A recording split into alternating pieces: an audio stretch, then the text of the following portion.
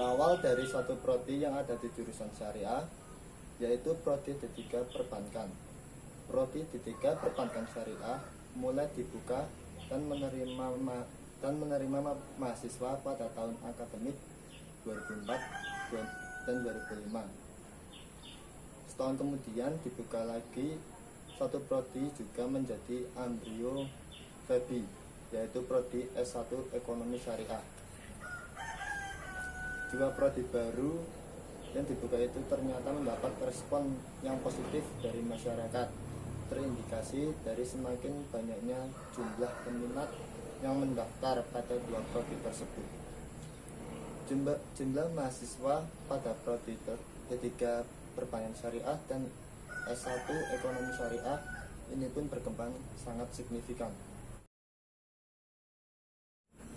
Visi FEBI. Terwujudnya FEBI IAIN Pekalongan sebagai fakultas terkemuka dan kompetitif di tingkat global dalam pengembangan harmonisasi ilmu dan agama di bidang ekonomi dan bisnis Islam menuju masyarakat yang soleh, cerdas, unggul, dan modern. Misi FEBI 1. Menyelenggarakan pendidikan untuk menghasilkan lulusan FEBI yang soleh, cerdas, unggul, dan modern. 2. Mengembangkan harmonisasi ilmu dan agama di bidang ekonomi dan bisnis Islam melalui penelitian dan publikasi ilmiah untuk pembangunan nasional. 3. Berperan aktif dalam pemberdayaan masyarakat melalui penguatan moderasi beragama di bidang ekonomi dan bisnis Islam. 4. Meningkatkan produktivitas dan daya saing Fakultas Ekonomi dan Bisnis Islam di tingkat global. 5. Menyelenggarakan tata kelola kelembagaan secara profesional, transparan, akuntabel, adil, dan bertanggung jawab. Visi misi penting karena merupakan 1. Mimpi besar bersama, 2. Tujuan bersama, 3. Tanggung jawab bersama. Semua ini dapat terwujud dengan sinergitas dan kolaboratif civitas akademika, yaitu dosen, tendik, dan mahasiswa. FEBI mempunyai 4 tagline. Yang pertama yaitu spirituality, 2. scientific, 3. entrepreneurship, 4. nationality.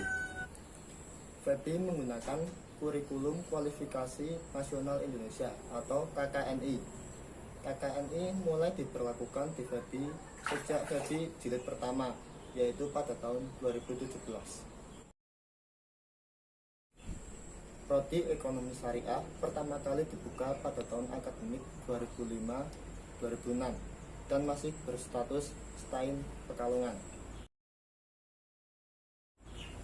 Visi dan misi ekonomi syariah, yaitu visi ekonomi syariah menjadi jurusan yang terkemuka dan kompetitif dalam pengembangan ilmu ekonomi syariah berwawasan keindonesiaan di tingkat nasional di tahun 2036.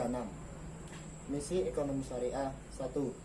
Menyelenggarakan pendidikan untuk menghasilkan sarjana ekonomi syariah yang memiliki kecerdasan spiritual, keluasan ilmu pengetahuan, kesetiaan terhadap keindonesiaan, kemandirian, dan kepeloporian dalam kehidupan. 2. Mengembangkan ilmu ekonomi syariah melalui penelitian bagi kepentingan keindonesiaan dan kemanusiaan. 3. Mempelopori dan ikut berperan dalam penguatan dan pemberdayaan masyarakat berbasis ilmu ekonomi syariah. 4. Menyelenggarakan tata kelola kelembagaan profesional, transparan, dan akuntabel dalam rangka mencapai kepuasan civitas akademika dan pemangku kepentingan. Tujuan prodi ekonomi syariah 1. Berkembangnya ilmu ekonomi syariah berwawasan keindonesiaan melalui pengkajian dan riset ilmiah. 2. Terbentuknya masyarakat yang kuat dan berdaya dalam kehidupan berbangsa dan bernegara berbasis ilmu ekonomi. 3. Terselenggaranya tata kelola jurusan ekonomi syariah yang profesional, transparan, dan akuntabel.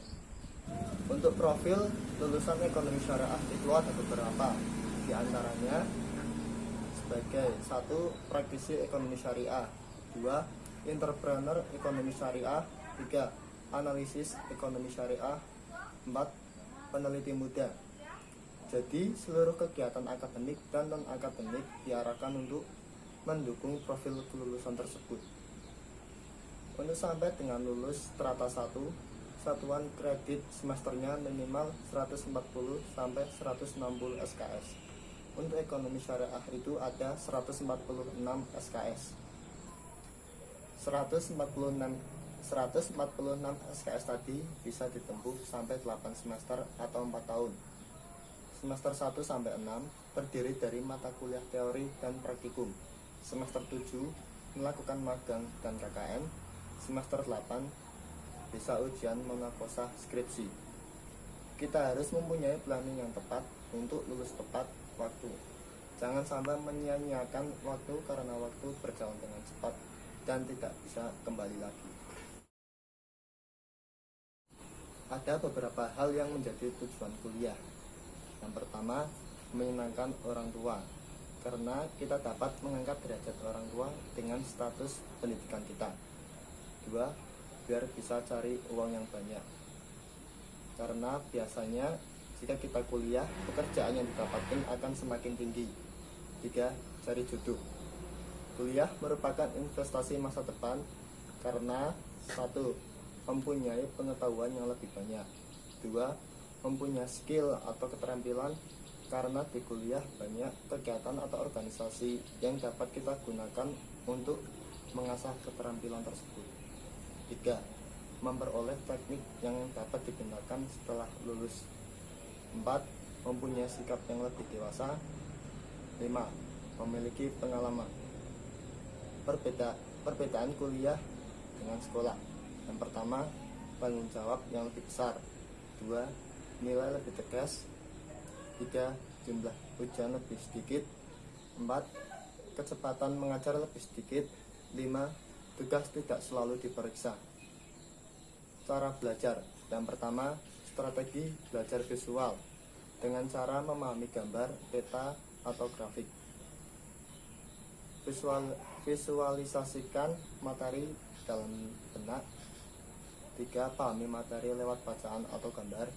4. Beri warna dan gambar pada catatan. 2. Strategi belajar auditori.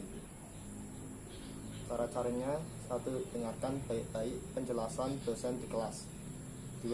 Terangkan secara lisan suatu pelajaran pada teman.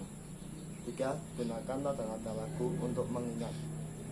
Yang ketiga, strategi belajar kinestik. Cara-caranya: 1. Libatkan sebanyak mungkin anggota tubuh. 2. Perbanyak latihan soal sehingga pemahaman semakin luas. 3. Seusai belajar, coba tuliskan poin-poin yang penting. 4. Strategi belajar berkelompok. Cara-caranya: 1. Pilih teman belajar yang cocok. 2. Saling bandingkan catatan.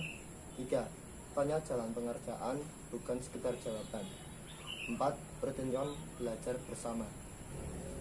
Yang kelima, strategi belajar mandiri. Cara-caranya: 1. Perbanyak literatur dan latihan soal yang digunakan. 2. Pilih tempat belajar yang tenang. 3. Setelah memahami materi, cobalah berdiskusi dengan orang lain. Kiat membaca efektif. 1. Metode membaca. Survei di lapangan. 2. Question dengan membuat soal dan jawaban agar bisa menghasilkan tingkat pemahaman yang baik. 3. Read dengan membaca. Recite. 5. Review apa yang kita baca dengan menganalisa. Strategi menyimak aktif. Caranya: 1. Jaga kontak mata. 2. Aktif di kelas. 3. Fokus. 4. Selektif dalam mencatat. 5. Singkirkan kebiasaan yang tidak baik. 6. Ingatlah yang pantas diingat. Teknik mengingat. Yang pertama, grouping. Kedua, menggunakan irama. Ketiga, menggunakan singkatan. Keempat, visualisasi. Kelima, membuat kata kunci. Strategi menghadapi ujian. Yang pertama, persiapan sebelum ujian. Sediakan cukup waktu buat belajar. Tahu spesifikasi ujian. Belajar kelompok. Siapkan hal-hal lain yang bisa dimanfaatkan. Sumber yang penting: 1. Perpustakaan, Google Scholar, soal ujian tahun lalu, catatan kuliah, terutama kuliah terakhir sebelum ujian, menjelang ujian. Perkirakan kemacetan. 2. Kerjakan yang mudah dulu. 3. Redakan ketegangan. 4. Jawab sesuai pertanyaan, menebak dan mengarang cerdas. Garis bawahi inti pertanyaan. Setelah ujian: 1. Periksa penjumlahan nilai. 2. Periksa tiap pengurangan nilai dan alasannya. 3. Simpan kertas ujian. 4. Nilai di perbatasan biasanya terbantu dengan tugas, absen, dan keaktifan. Teknik menulis. Langkah-langkah dalam menulis: 1. Memahami materi. 2. Menulis draft awal. 3. Merevisi draft. Memahami materi: pahami deskripsi tugas, cek siapa calon pembaca, perkaya referensi. Menulis draft awal.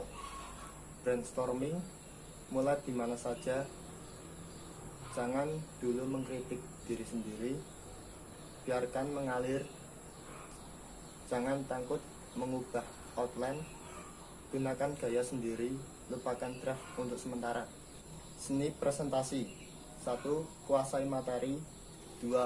Memiliki public speaking seperti pembukaan yang menarik, jaga kontak mata, tidak sekedar membacakan, memahami materi, atur suara dan intonasi, hindari gerakan yang tidak perlu. 3. Penyajian materi: gunakan ilustrasi dan animasi, tampilkan intinya saja, buat semudah mungkin untuk dimengerti. Etika mahasiswa dalam berkomunikasi dan berbusana. Etika pergaulan melalui busana dan komunikasi. Etika atau etimologis berasal dari bahasa Yunani adalah ethos, yang berarti watak kesusilaan atau adat kebiasaan. Etika berarti juga adat kebiasaan atau cara hidup seseorang dengan melakukan perbuatan yang baik dan menghindari hal-hal tindakan yang buruk. Susila berasal dari bahasa Sanskerta, lebih menunjukkan kepada dasar-dasar, prinsip, aturan hidup yang lebih baik. Akhlak dalam bahasa Arab berarti moral, dan etika berarti ilmu akhlak. Etika komunikasi adalah norma, nilai, atau ukuran tingkah laku, baik dalam kegiatan komunikasi, berbicara, ataupun tulisan di suatu masyarakat. Etika berbusana adalah norma, nilai, atau ukuran tingkah laku, baik dalam kegiatan berpakaian di suatu masyarakat. Etika pergaulan di lingkungan kampus. Yang pertama, berpakaian dan bersepatu rapi di lingkungan kampus. 2. Menjunjung tinggi nilai-nilai ilmiah. 3. Mengetahui, memahami, dan melaksanakan peraturan yang berlaku di lingkungan kampus dan berusaha tidak melanggar. 4. Memberi contoh yang baik dalam berperilaku kepada adik tingkat, teman tingkat, dan kakak tingkat. 5. Saling menghormati dan menghargai terhadap sesama mahasiswa. 6. Berperilaku dan bertutur kata yang sopan, baik di dalam kelas dan di luar kelas, yang mencerminkan perilaku sebagai mahasiswa dan dijiwai oleh nilai-nilai agama atau kepercayaan yang dianut. 7. Tidak berperilaku asusila atau tidak bermoral. 8. Bersedia menerima sanksi yang ditetapkan atas pelanggaran terhadap peraturan yang berlaku sebagai bagian dari pendidikan disiplin. Etika pergaulan di luar kampus. Yang pertama, menjadi contoh yang baik di lingkungan di mana mahasiswa tersebut berada. Kedua, berperilaku dan bertutur kata yang baik yang mencerminkan sebagai mahasiswa. Ketiga, berupaya mengaplikasikan ilmu pengetahuan dan teknologi yang telah dipelajarinya di masyarakat sebagai wujud pengabdian. Etika pergaulan mahasiswa dengan dosen. Pertama, Mahasiswa sebagai masyarakat kampus atau insan akademik, golongan terpelajar yang harus menjaga citra akademik. Kedua, biasakan selalu memberi salam lebih dahulu kepada dosen bila bertemu. Lebih baik jika dibiasakan berjabat tangan. Tiga, jika berjabat tangan, usahakan menatap muka dengan ramah dan uluran tangan yang tegas. Keempat, jika tidak berkenan berjabat tangan karena bukan mahram, maka bungkukkan kepala dan ucapkan salam. Kelima, menjaga perkataan dengan bahasa yang sopan. Etika pergaulan sesama mahasiswa. Biasakan menyapa teman bila bertemu. Jangan mengolok-olok teman melebihi batas meskipun hanya bergurau. Jaga citra sebagai insan terpelajar. Jangan menyapa teman dengan julukan atau sebutan yang mendiskreditkan atau nama yang tidak sesuai. Hindari ucapan yang merendahkan teman. Menghormati ide, pikiran, dan pendapat, hak cipta orang lain, dan hak milik teman dan warga kampus. Jangan berprasangka buruk terhadap teman tanpa fakta, apalagi karena hasutan. Menjaga perasaan teman sebagaimana kita tidak mau diajak. Segeralah meminta maaf lebih dahulu jika terjadi kesalahpahaman atau perselisihan sesama teman, apalagi dengan orang lain. Biasakan menolong teman yang membutuhkan, bisa materi, fasilitas, atau kebijakan yang bisa diusulkan. Pahami makna solidaritas. Biasakan saling mengingatkan, jangan malah menertawakan karena keadaan teman. Biasakan bergaul dengan teman tanpa membeda-bedakan. Sampaikan selalu pesan dari orang lain kepada teman yang berhak, karena itu amanah. Jangan ditambah atau mengurangi, apalagi memanipulasi atau memutarbalikkan pesan. Sampaikan sesuatu yang salah adalah salah dan yang benar adalah benar. Jangan menutup-nutupi karena ada kepentingan pribadi. Kiat menulis karya ilmiah. Menulis itu menyajikan sebuah informasi kebenaran. Sumber dan cara memperoleh kebenaran. 1. Animisme dan dinamisme. 2. Berpikir logis dan filsafati. 3. Agama dan kitab suci. Keempat, trial dan error atau uji coba. Kelima, tokoh berotoritas. Keenam, penelitian. Makna penelitian: proses mencari kebenaran dengan prinsip-prinsip ilmiah, jujur, objektif, dan sistematis.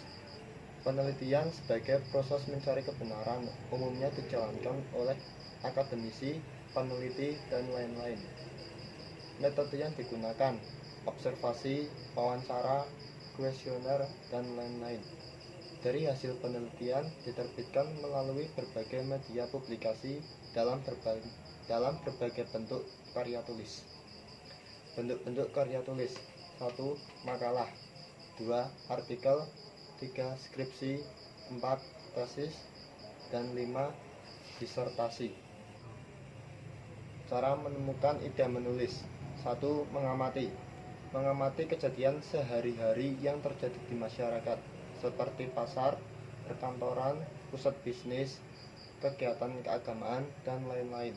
2. Membaca tulisan di berbagai media, koran, artikel, buku, laporan penelitian, dan lain-lain. 3. Diskusi. Mendiskusikan persoalan yang fenomenal dan aktual. Keterampilan menulis. Syarat-syaratnya: 1. Rajin berlatih. 2. Menggunakan referen manajemen, contohnya Mendeley, Zotero, dan lain-lain. 3. Menyajikan dengan baik, logis, dan sistematis, keseluruhan dan paragraf. 4. Menjaga originalitas, menghindari plagiasi dan similarity. Ada tiga teknik menghindari plagiasi: 1. Quote atau kuotasi. 2. Parafrase. 3. Summarize atau meringkas. Ciri-ciri paragraf yang baik: 1. Unified. Inti pokok yang ada di paragraf hanya 1. 2. Koheren. Paragraf harus saling berhubungan dengan paragraf yang lain. sebelum maupun sesudahnya. 3. Relevan. Paragraf mendukung dengan tujuan penulisan. Cara membuat paragraf yang baik. 1. Topic sentence. Bikin statement dulu yang jelas supaya orang yang membaca awal akan tergugah. 2. Supporting idea atau data-data. 3. Adding detail. Contoh dan referensi. 4. Simpulan paragraf tersebut. HMJ Ekonomi Syariah. HMJ Ekonomi Syariah adalah lembaga tertinggi mahasiswa jurusan Ekonomi Syariah IAIN Pekalongan. HMJ Ekonomi Syariah didirikan di IAIN Pekalongan pada tanggal 26 April 2006 dan dijadikan sebagai hari lahirnya HMJ Ekonomi Syariah. Visi dan misi HMJ Ekonomi Syariah. Visi: terbinanya mahasiswa yang berkualitas dan berintegritas serta bertanggung jawab dalam membumikan Islam di bidang ekonomi. Misi: 1. Memaksimalkan pendayagunaan sumber daya yang tersedia beserta seluruh potensinya. 2. Terciptanya sumber daya yang mandiri, tangguh, dan berkepribadian. 3. Menampung dan menyalurkan aspirasi mahasiswa ekonomi Islam. 4. Mengembangkan potensi intelektual mahasiswa ekonomi Islam yang kuat secara spiritual dan emosional. 5. Membentuk sistem demokrasi di lingkungan mahasiswa ekonomi Islam. 6. Memberikan pelayanan yang intensif kepada mahasiswa ekonomi Islam. 7. Membumikan Islam dalam bidang ekonomi. Tugas HMJ Ekonomi Syariah. 1. Memaksimalkan pendayagunaan sumber daya yang tersedia beserta seluruh potensinya. 2. Membentuk sumber daya insani yang mandiri, tangguh, dan berkepribadian. 3. Menampung dan menyalurkan aspirasi mahasiswa ekonomi syariah IAIN Pekalongan. 4. Mengembangkan potensi intelektual mahasiswa ekonomi syariah yang kuat secara spiritual dan emosional. 5. Membentuk sistem demokrasi di lingkungan mahasiswa ekonomi syariah. 6. Memberikan pelayanan yang intensif pada mahasiswa ekonomi syariah IAIN Pekalongan. 7. Membumikan ekonomi Islam.